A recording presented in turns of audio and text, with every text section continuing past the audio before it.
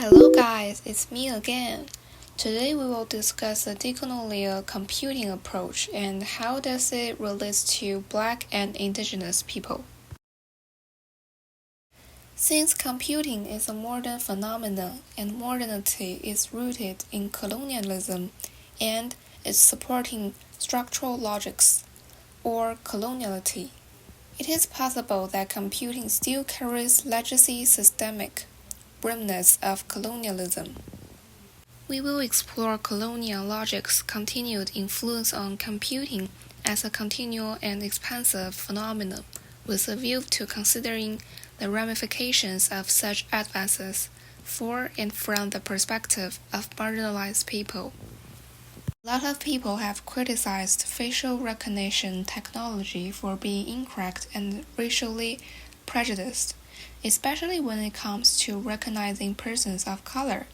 This is mostly because the algorithms used to train these systems are frequently based on datasets that are predominantly white and do not correctly reflect the variety of human appearances.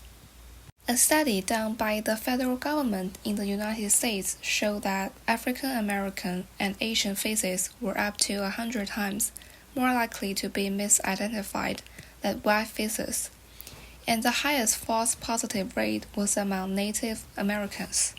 Research from the University of Essex in the UK showed that the technology they tested was accurate in just 19% of cases.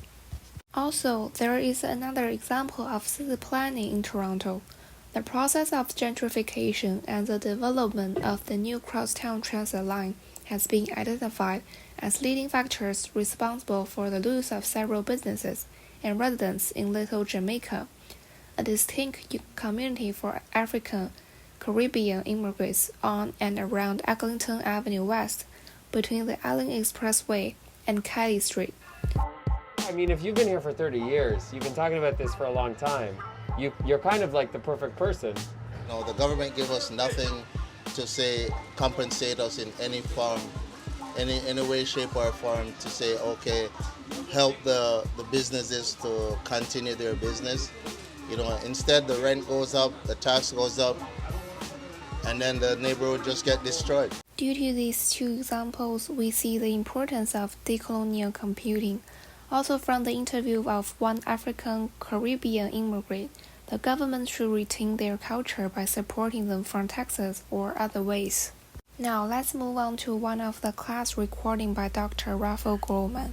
This is very important because we still don't know about the computing or the technology histories beyond global north.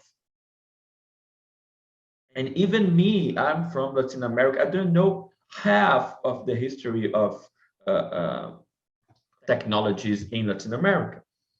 This is the same for me. I am from East Asia and the history of China is around 5,000 years.